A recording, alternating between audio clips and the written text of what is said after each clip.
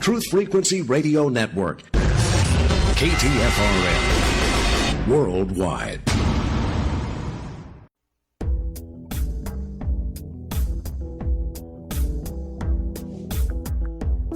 Hola, this is Sienna Lea, inviting you to join me tonight as we navigate through the seen and the unseen, explore external and internal realities, expose on-world and off-world agendas, discover a path to joy and freedom. Now, join me as we illuminate the Shadowland and reclaim our birthright as free and sovereign beings.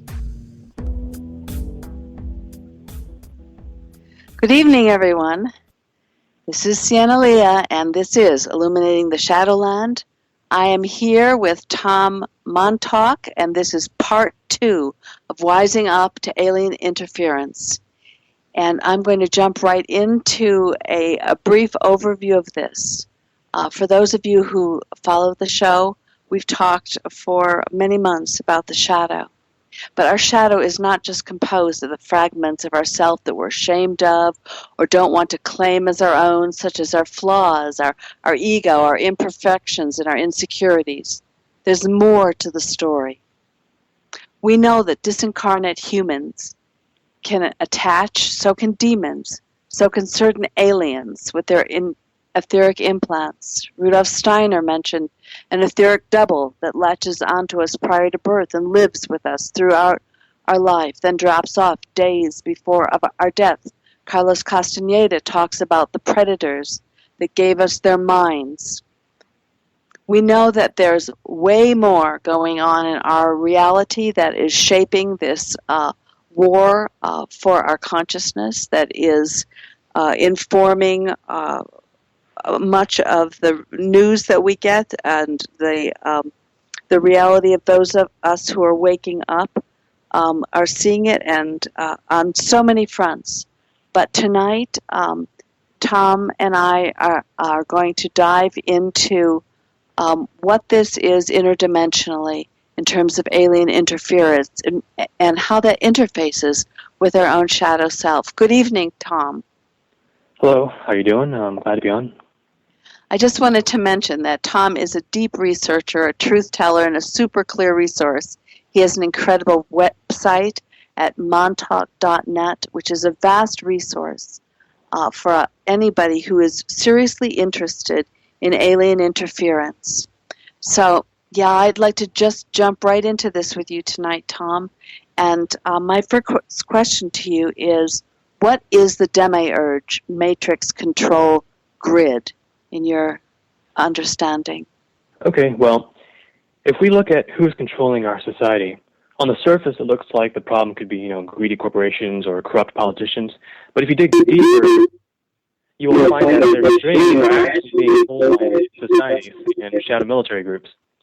But even those guys, by their own admission, they ultimately take their orders from non-human beings. And here I'm talking about aliens primarily. So let's look at what's going on with aliens then, okay? From the abduction literature, we know that the gray aliens are the most commonly reported. And it's probably because they're more like worker bots that are put on the front line of the abduction program to do most of the handling of the abductees. So grays, they never really act on their own. They're always looking up the chain of command for their instruction. And sometimes, they're seen with reptilians or insectoid beings or human-looking aliens who appear to have the role of supervisor. So it's safe to say that the grays are working for these other aliens, and that therefore these latter ones, they're the ones who are in charge. But then the big question is, whom do those aliens then ultimately serve? Who or what is their god, I guess you could say? Well, several sources I've come across claim that the reptilians worship the physical universe itself. But I think it would be more accurate to say that they worship the soul of the physical universe, which by definition would actually be what the Greeks and the Gnostics called the Demiurge. And the Demiurge is basically, it's the soul of the matrix control system. It's kind of like the underlying source code that keeps it running. It's a kind of subtle energy field that permeates this universe and holds it together in a certain configuration. Now, why is this important? Well, because if you want to control physical reality, you have to do it through the Demiurge in some way. you have to manipulate the source code or the subtle energy field that projects this universe. Now, if you've ever seen the movie called Dark City, the aliens in that film, it's shown them doing this. And they do this nightly ritual where they channel their psychic powers into this big machine shaped like a face. And that machine is symbolic of the Demiurge. And what they do is they use this machine to reconfigure this fake city that they have created for all of their abducted victims that are living in it. Well, if the reptilians or other negative aliens, if they want to have that kind of power, if they want to be kings of the Matrix, they have to exploit the Demiurge in a similar way. And I suspect that doing so has increasingly reprogrammed the Demiurge, has corrupted the soul of the universe to the point that it has become a kind of universal parasite. And that's exactly what the Gnostics recognize. They recognize that the Demiurge is sort of a false god that is responsible for upholding reality in this kind of cold, machine-like, deterministic way that that it can be. And they're also aware that there were certain beings that were serving the Demiurge, and they were kind of served by it, which they call the Archons. Well, in reality, the Archons are actually high-level aliens and certain demonic overlord-type beings. So, if we were to ask where does the control system originate, what is the Matrix control system, I would definitely have to say that it goes beyond the alien level, because even the reptilians are said to so-called, worship the Demiurge. It's their, I guess you could say it's their occult sugar daddy in a way. I believe that the Demiurge is therefore at the top of the negative hierarchy and functions as the central coordinator of the Matrix control system. Wow. And its intention, who created the Demiurge then? Are you saying the Archons created the Demiurge? Or yeah, it's slightly complicated, but see, Plato, the Greek philosopher, he thought that the Demiurge was a good thing. And actually, I believe the same, that according to occult philosophy, the Demiurge is simply a kind of artificial intelligence that fashions physical reality according to whatever plan is given to it to enact, okay? And in its original and rightful form, the Demiurge carried out the intentions of I guess you'd say, the infinite creator, the so-called logos, or the divine God spark of reality. And that's when everything is in harmony. That's when the Demiurge serves the infinite creator, and the universe is therefore fashioned according to the creator's will through the Demiurge. The only problem is, it's just like a child's mind can be corrupted by inputs from society and from different beings and so on. Well, the Demiurge itself, it's kind of like the subconscious of the universe as well. And if you feed it a lot of bad input, it can kind of develop a dark mind of its own, kind of its own shadow in a way. And then it starts influencing reality in a negative way that ends up serving a lot of these dark beings that are exploiting it for their own gain. So would you say that there's a lot of people define that? That's really interesting, the way that you're putting it. And there are a lot of people that talk about this in terms, you may want to mute when I'm talking, because we are getting, of course, crazy feedback and interference because of the nature of the topic. So I guess I've been calling the Demiurge the construct or the artificial intelligence. And then there's an organic matrix that seems to be a war against the organic, or against, we talk about the patriarchy and the divine feminine, and that which is artificial, and then that which is the energy of life. Do any of those resonate with your model here in terms of Demiurge? It seems like you're saying that they're kind of melded in together. Yes, in a way. If you look at our own minds, right? We're kind of split between conscious and subconscious, between the light spirit part of ourselves and the darker shadow parts of ourselves. Well, in many ways, we are kind of a microcosm of the macrocosm. And if the Demiurge is the soul of the universe, then it kind of mirrors our own soul or our own subconscious, which has both good and bad parts of it. So, when I talk about the Demiurge getting corrupted by bad inputs from, manipulative beings like demons and so on, it's only a part of the total Demiurge then that gets corrupted. and becomes its own like parasitic entity. And the other part of it, it's still interfaced with the divine level of reality, except we here in this physical reality, it's harder for us to see that divine aspect just because we're surrounded by a lot of these manipulative forces. So both exist, just like we have a higher self as well as a lower self. It's just by default we only tend to be aware of the lower, and it takes some effort on our part to reach up and connect with the higher. Well, isn't it true that these forces have bioengineered us and cut us off from being able to access the full potency of our etheric template, and that in this change of time now that this is rebooting, that we have a capability of regaining it, but we seem to have to make conscious all the pieces of what have happened to us, almost like Osiris, pieces of us have been thrown into this Demiurge contracted, and we have all these aspects of dark lessons because we are so interfaced with this parasitic mode that it's very hard for us to access an expanded, joyous, connected, or integral sense of ourselves as beings of light.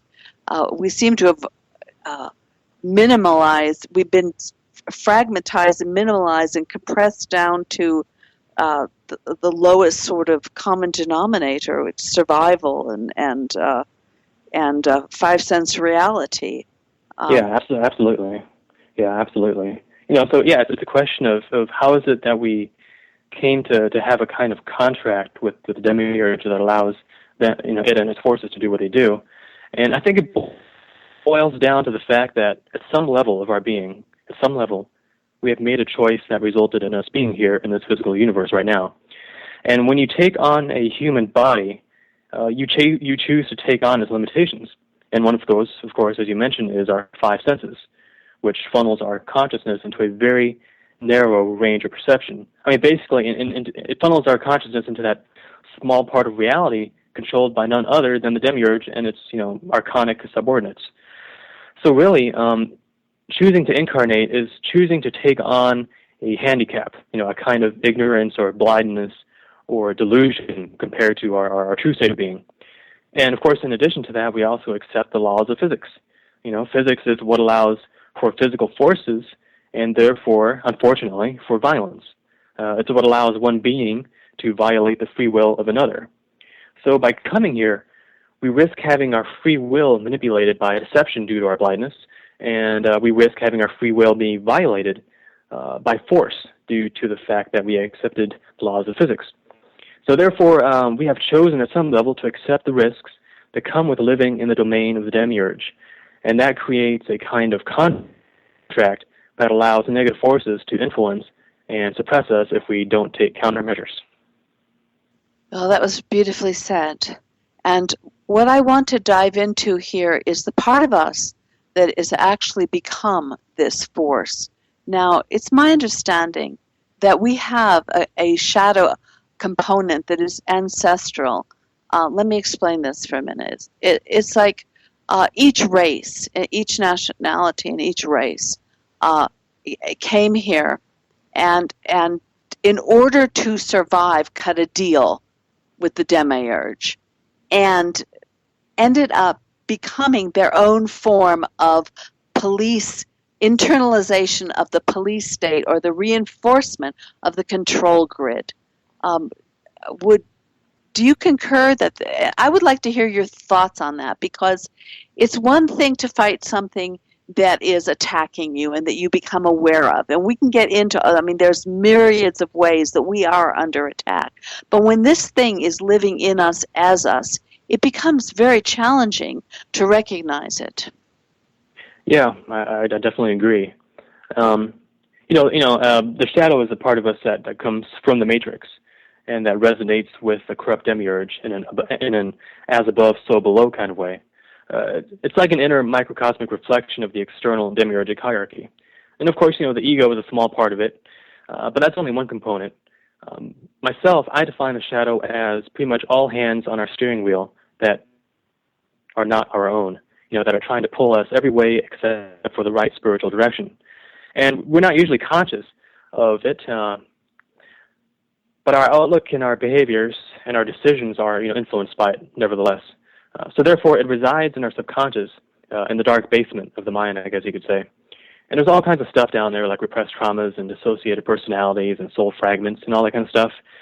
But there's also entities that are attached to it. For example, there's certain demons, ghosts that can latch onto us like parasites. And of course, there's our biological drives and our social conditioning that are part of the shadow as well. But some of the shadow stuff, well, yeah, go ahead, please. Well, I'd like to get a bigger picture, clearer picture for people of the entities attaching and the demons attaching and the even parts of our own subpersonalities that become that way through the trauma.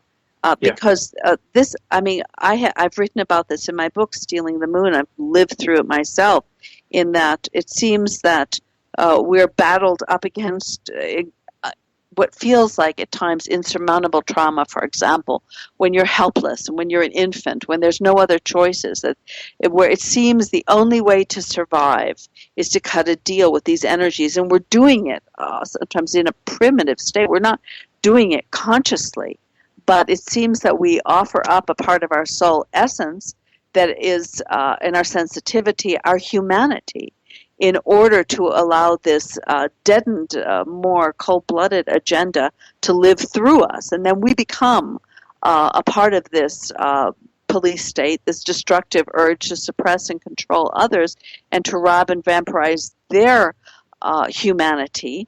And this is perpetuated in familial structures, in all kinds of societal structures and community structures and school structures, certainly in the religious structures, that we take this on, and then the clever thing is that we can't see that we're doing it. We seem to be dissociated from the perceptual apparatus to perceive that we are a part of the control grid. We can see it in others, but we can't seem to see it in ourselves. And I would just like to hear any more of your perceptions about how we can be living our lives out as in a demonic fashion, in such dissociation, and often think we're serving God and country in the process. Right. Yeah. That's one of the biggest problems.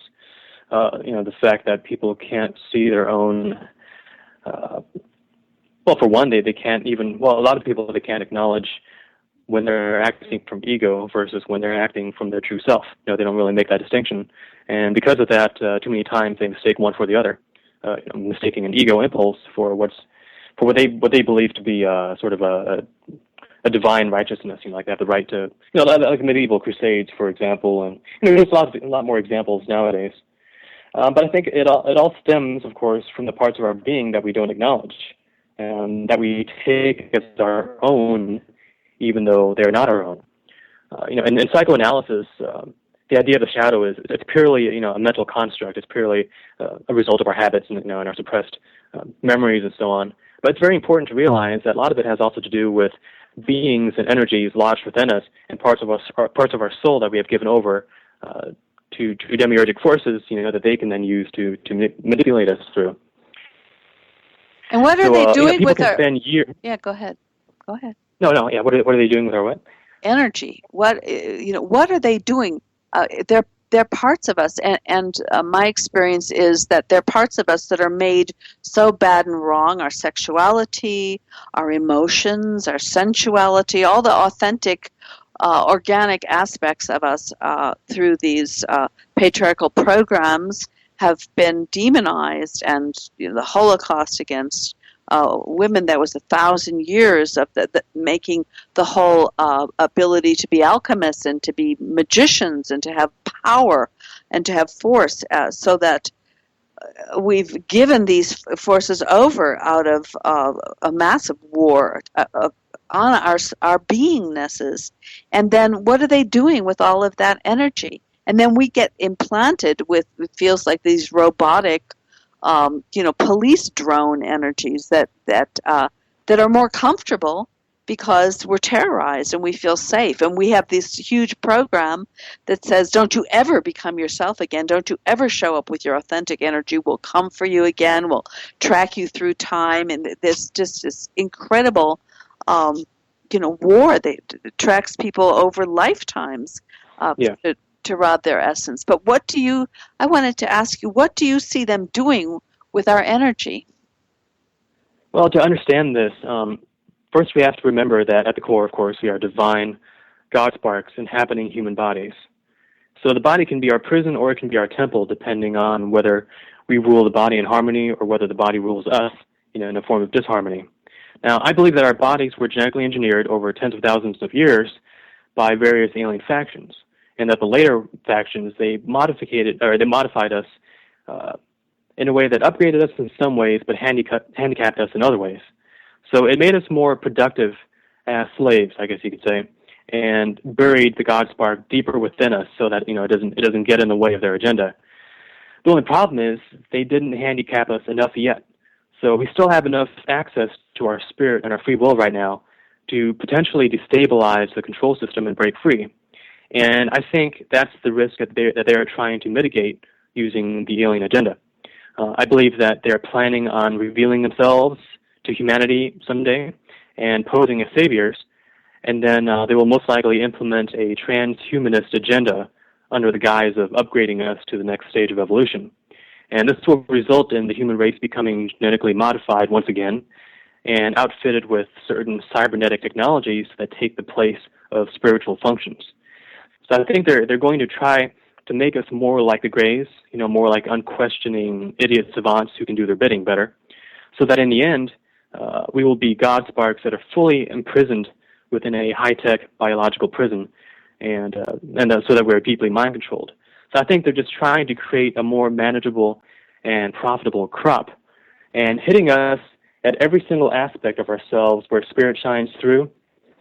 That's the way that they've been doing it for centuries, for thousands of years. They're basically identifying all the functions of spirit and then attempting to throw it out of balance or attempting to invert it, whether it be our higher sexuality, whether it be the feminine energies or even the male energies. See, I don't think it's so much about male versus female energies. I think it's about balanced male and female energies versus the imbalanced forms of both.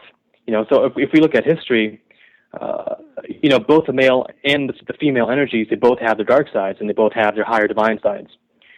So, they play one off the other so that, whether you choose one or the other, you're always choosing the imbalanced form of it, that's the way that they work.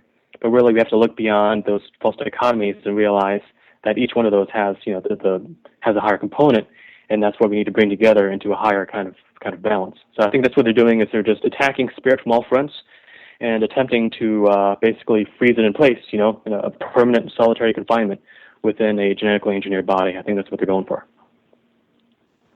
Wow, yes, I completely agree with you about the balance of the male and female. I tend to talk about the feminine because I'm in a feminine body, but it's completely been done to both men and women, to be sure. Well, to say that this is a little bit upsetting is less than a statement. So you think we ain't seen nothing yet? It sounds like you. I mean, people, though, we're in the new age and the new timeline, and we've overcome them, and they've lost all their power, and we just need to own our own power, and it's all going to be better. What do you see that they're coming in for the kill here in some ways, that we're in a huge war zone still, and we're at a critical moment from the sound of it. We're in a critical moment, but of course we really haven't talked too much about the divine side of it. What is divine intervention? What are the positive forces doing in all of it? And it's harder to talk about because positive forces, they don't really have as much of a easily identifiable agenda. I mean, they work more through synchronicity and divine inspiration, whereas the dark forces, they work more through logic, just pure hard, cold logic and calculation and like remote viewing the future. So anytime we look at the news, anytime we look at conspiracy books and some of the events in our own lives, it's easier to see the hand of manipulative forces just because they leave more of a footprint. Whereas the divine stuff, you really can't predict it ahead of time. I mean, of course, there's prophecies the world over about, how it could go, about how the plans of self-serving forces and the plans of and the divine workings of the positive side, how they will eventually come to a head.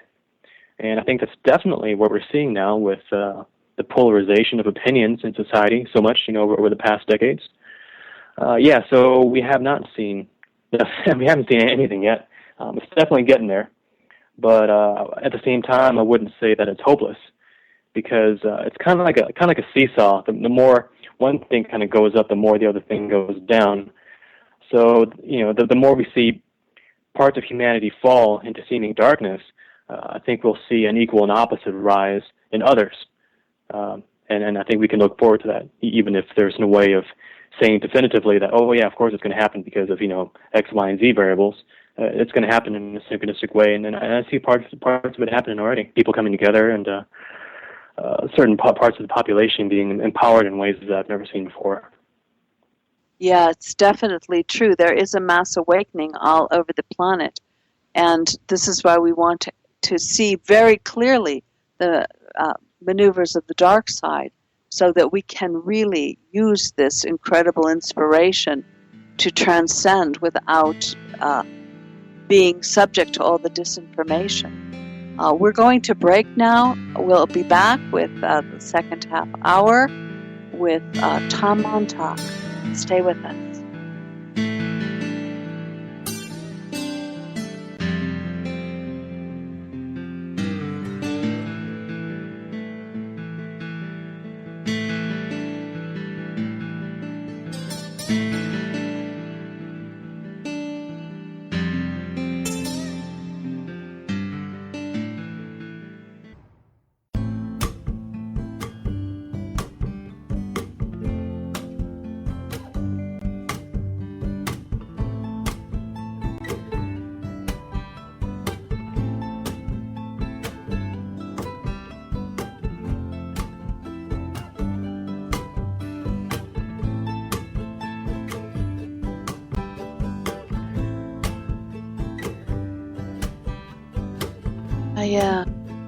Welcome back, everyone. This is Sienna Lea with Illuminating the Shadowland. I'm here with my guest tonight, Tom Montalk.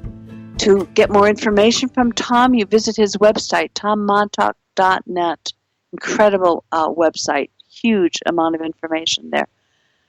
Tom, my question is, and that I listen to a great deal of what's out there currently, and I am finding that there are tsunamis of information about alien agendas, about conspiracies, about all kinds of off and on world manipulations. And the energy that it's being presented in many regards seems to me the very energy of this artificial demiurgic energetic, that it seems to me that there's a massive amount of disinformation. It's a very, very confusing information environment that we're in. People can come up with incredibly brilliant information, and yet I'm still sensing these dark entities in the very people that are espousing the information, and I'm not sensing the discernment to differentiate between where we are actually coming from to be the embodiment of this shift. Are you experiencing things in a similar fashion out there in the information highway? Yes, I think the problem is that a lot of people, when you do research about this kind of stuff, most of it is intellectual. I mean, you sit there reading a book, or you sit there reading a news website, or you write an article or something, and it's all happening in the head, and you're kind of disconnected from the body, you're disconnected from your life, and that's part of it. The other part of it is that in a strive to be logical and objective and kind of hard-hitting, a lot of these researchers, they start thinking that being in touch with the spirit and having an intelligent, having a kind of an emotional spiritual intelligence, that's part of the New Age fallacy. That's being fluffy and delusional. you're kind of tranquilizing yourself with positive emotions, and that it kind of blinds you from the truth. But I think what's happening is that they're falling for a binary thinking fallacy where they either think it's black or white. I mean, if they look at what's out there, okay, and on the one hand they see conspiracy researchers who have documents to back up what they're saying, but at the same time those researchers are also kind of gruff and cynical and just pessimistic about the way things are going. So you have that camp, or you have the other camp which they identify as the New Age, which is fluffy and they believe that they're delusional. They make a false choice between one or the other, and of course they're going to choose the conspiracy camp. That they're the dark internally, but sure enough they have all the data and all the evidence. But I don't think it's a matter of choosing between one of those two false choices. I think you have to take the best of each and kind of go beyond it. So ultimately, I think it comes down to the idea that being spiritually balanced takes a greater level of commitment, a greater level of self-discipline and self-awareness, and dedication than mere intellectual enrichment. That's beautifully said, Tom. And I'm getting some feedback, so you might want to mute when I'm talking.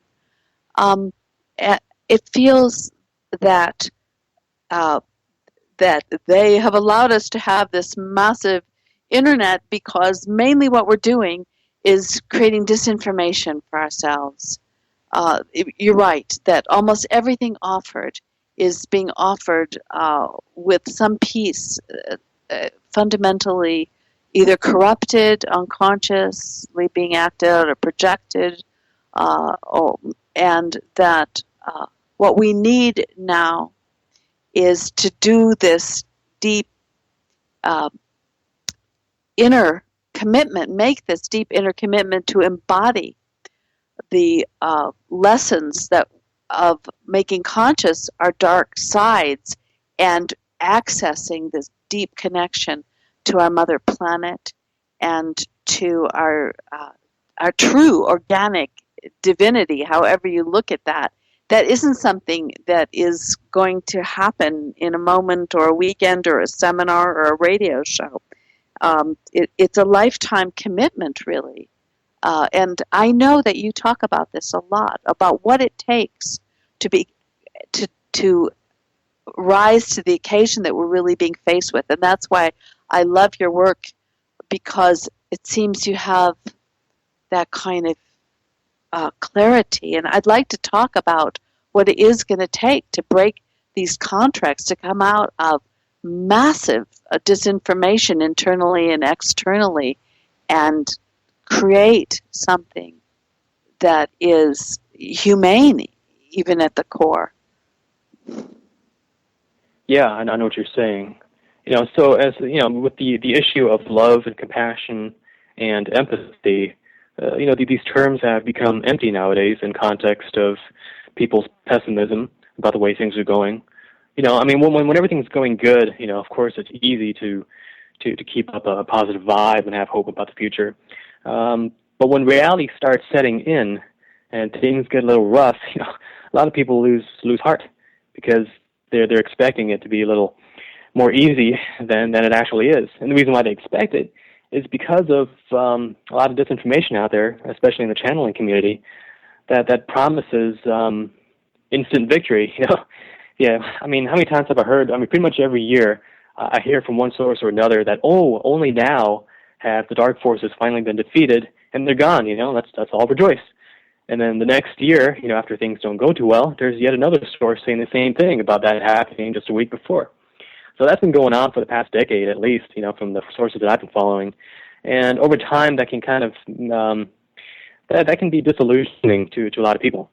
And I think it's because they might be focusing too much on illusory promises instead of paying attention to what is real and what is eternal in the present. You don't have to rely on a source promising that everything's going to be all right to recognize that, in the moment you're okay. That you're capable of love, you're capable of compassion, and you're capable of empathy. And things can work out in unexpected ways. You don't need the promises to tell you that. So, these qualities, that's a part that we must never give up, because those qualities of love and compassion and empathy, they are the functions of spirit. They are our inner God spark. The moment we give those up, we give up the very thing that we're fighting for. A lot of these conspiracy researchers, and especially a lot of alternative news sites that focus on the machinations of the New World Order and what's going on there, they're focused entirely on fighting against something. They're not really focused on fighting for anything. Okay, it's the same pattern we've seen in history with revolutions, where people rise up against some dictatorship or a tyranny, and they get so wrapped up in the idea of taking it down that they forget all about, like, what do you do afterwards? What are you really fighting for? So once they do bring down the power structure, they're kind of like left empty-handed, wondering what the heck to do next, and then that sort of vacuum creates yet another tyrant that rises up and takes advantage of the situation. So we have to be really careful not to get so distracted by fighting against things that we give up the part of us that is eternal and permanent, and that can therefore seed the next phase of our growth. But of course, love without wisdom is ignorance and naivete. It's kind of like the story of Adam and Eve. They had love and they had compassion and empathy because they were so pure, but they really were no wiser than babies.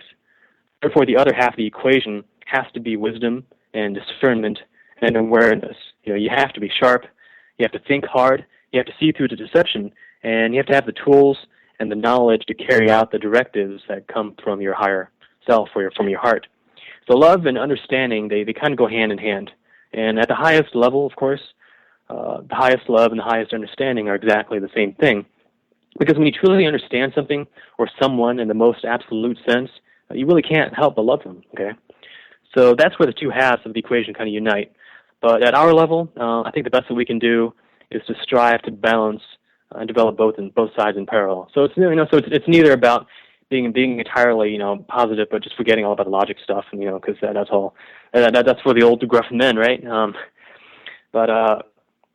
nor should we focus only on the intellectual stuff. We definitely have to keep it balanced. Yeah, that I really appreciate how you said that, and we have 20 more minutes tonight, and this really is a course of study, and we were talking about that before the show.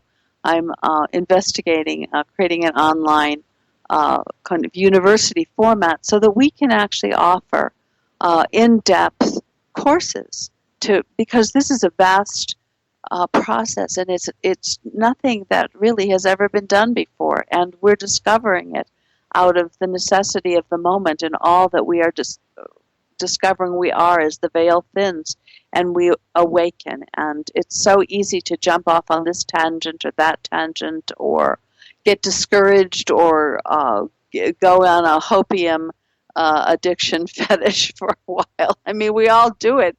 It's also extremely challenging when you're very isolated, and that's another piece that I want to support, is that we do come together because we're talking about a quantum leap that I don't know if it's ever been done, but it is something that feels that is new, and is going to take everything, overcoming everything that we are all the time, as Andrew Harvey often says, in every moment.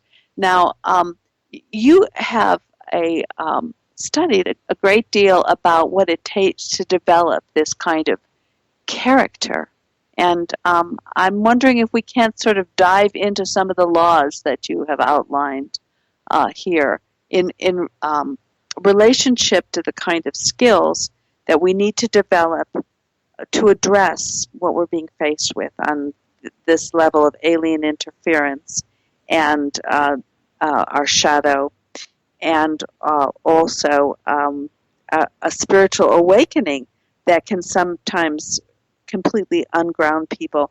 I mean, I've known people that have been taken from a very conservative background, had a near-death experience, or had a huge peak experience, experienced God and being the Godhead and being at the edge of the universe and seeing, and never could integrate that experience with who they were before. So there are perils with going way far into the divine or way far into seeing the dark agendas. And it takes a fair amount of understanding. Yes, it definitely does, and that's the difficulty in striking a balance between two similar opposites. Okay, so we're talking about universal laws that we can use to kind of increase our self-protection in the face of adversity. One of those laws, which I think most people are familiar with, is the law of attraction. But there's another one, which I've had to dub the law of awareness. So let me briefly talk about those and how we can combine them into one in order to get rid of a lot of the interferences that we have in life. So there's this metaphysical principle called the law of attraction, that says what we subconsciously resonate with, we attract in a synchronistic way. So when you sustain a deep-seated fear of some situation, the kind of fear that gnaws at you and takes on a life of its own, through resonance, that can cause that very situation to manifest. So in terms of the alien phenomenon, therefore being in a constant state of fear or paranoia or jumpiness concerning aliens or demons, that can actually attract them. It can actually bring about the very terrifying alien activities that you're hoping to avoid. So that's the dark side of the law of attraction. Now, there's a common New Age fallacy which says that if you ignore them, they're going to go away. But just because paranoia can attract them, that doesn't mean that ignoring them will keep them away. And it's because ignoring makes you stop attracting them, but that does not mean that you're outright blocking them. Okay, so stopping attracting is not the same as blocking. So they can still enter your life if they want to. It's like your door may no longer be open, but it's also not locked. So they can enter if they want to out of their own free will. So you really can't make negative forces go away solely by pretending that they don't exist. And that's a prevalent misconception out there. So that's where the law of awareness comes in. The question is, how then do you block something? Well, in my experience, it's conscious awareness of something that has a blocking effect. And this I call the law of awareness. To give an example, the more often than not, I've noticed that problems tend to show up when I least expect them. But if I become aware of a problem and am mentally prepared to handle it, then it rarely ever happens again. It just works out weird like that. Once I expect it, it just tends not to pop up anymore. So what you prepare for and calmly anticipate, and here I have to emphasize calmly, because if you're not calm, then you might be susceptible to attracting it through the law of attraction. But as long as you prepare for something calmly and you anticipate it calmly, then in my experience, it tends not to manifest. It's almost as if awareness of a possibility freezes that probable future in its tracks and keeps it from precipitating in the present moment. So this then can be combined with the law of attraction to remove, I'd say, pretty much 90% of overt alien and demonic interference in your life. So how do you combine the two then? Well, you do it like this. What you do is you use the law of attraction to stop attracting, and you use the law of awareness to start blocking. So first, the most important thing you can do is to drop all the paranoia, drop the fear, drop the desperation, the obsession, and the victim mindset. Because the more you're steeped in those, the more you're resonating with a future where those things get amplified. So you just want to quell those as much as you can. And, having a sense of powerlessness attracts situations that make you feel even more powerless. So that's what you got to avoid. So you can also apply the law of attraction then, in addition to dropping all the negative stuff. You can use the law of attraction to resonate with the opposite of paranoia by invoking a feeling of protection, confidence, power, and stability. There's different methods that are known for stopping an alien abduction during its onset. Some people, they pray to Jesus. Some people, they hold a certain tone in their head. Other people, they kind of invoke a righteous anger. Well, what these all have in common is that people are expressing a certain kind of confidence and power and stability in their own minds. It's only when you give in to terror and kind of fall apart internally that you become like putty. And when that happens, then the aliens can more easily get a grip of your subtle energy fields and, knock you out or paralyze you or whatever. But anyway, getting back to the topic, when you invoke a feeling of protection and confidence and power and stability, that's what you're resonating with. That's what you're tracking. You're tracking situations where those feelings have manifested on their own, which basically means a life where you're mostly free of these interferences. So once you get that part covered, then you can combine it with the law of awareness by very calmly and strategically anticipating the moves of aliens or demonic forces, and then taking common sense preventative measures if you need to. So the main thing I want to get across is that it's totally okay to learn about the alien agenda and read about what they're up to, so long as you keep calm and approach it from an intellectual and strategic point of view, and as long as you maintain a sense of confidence and positivity about it. So as long as you don't give in to depression or cynicism, then you can definitely study these things without attracting them into your life. And I know that because that's what I do. And I used to have problems with aliens and demonic forces like a lot more than I do now. And just by implementing the law of attraction, by upping my vibes, by no longer giving in to fear and paranoia, while at the same time also being very calm in knowing about their possible moves, by combining these two things, I've cut out definitely over 90% of the activity that I used to have even just 5-10 years ago. So that's what I recommend people do. That's really good advice, and sounds like it comes from personal experience. And as hearing you talk, I'm realizing that most of what we're hearing is terrorizing us further. Or either it's entertainment, it's fascinating us, where we'd almost want to, call these forces out because it sounds so far out, or it's terrorizing us so much that we feel powerless and wouldn't know what to do, and just because this is a huge entertainment deal. I mean, there's just tons of media all around this stuff, but I very rarely hear somebody that's got your clarity and your strength of being, and I can feel your love and your presence, that you've had to muster this presence, like to survive this in your own world, and that feels very real to me.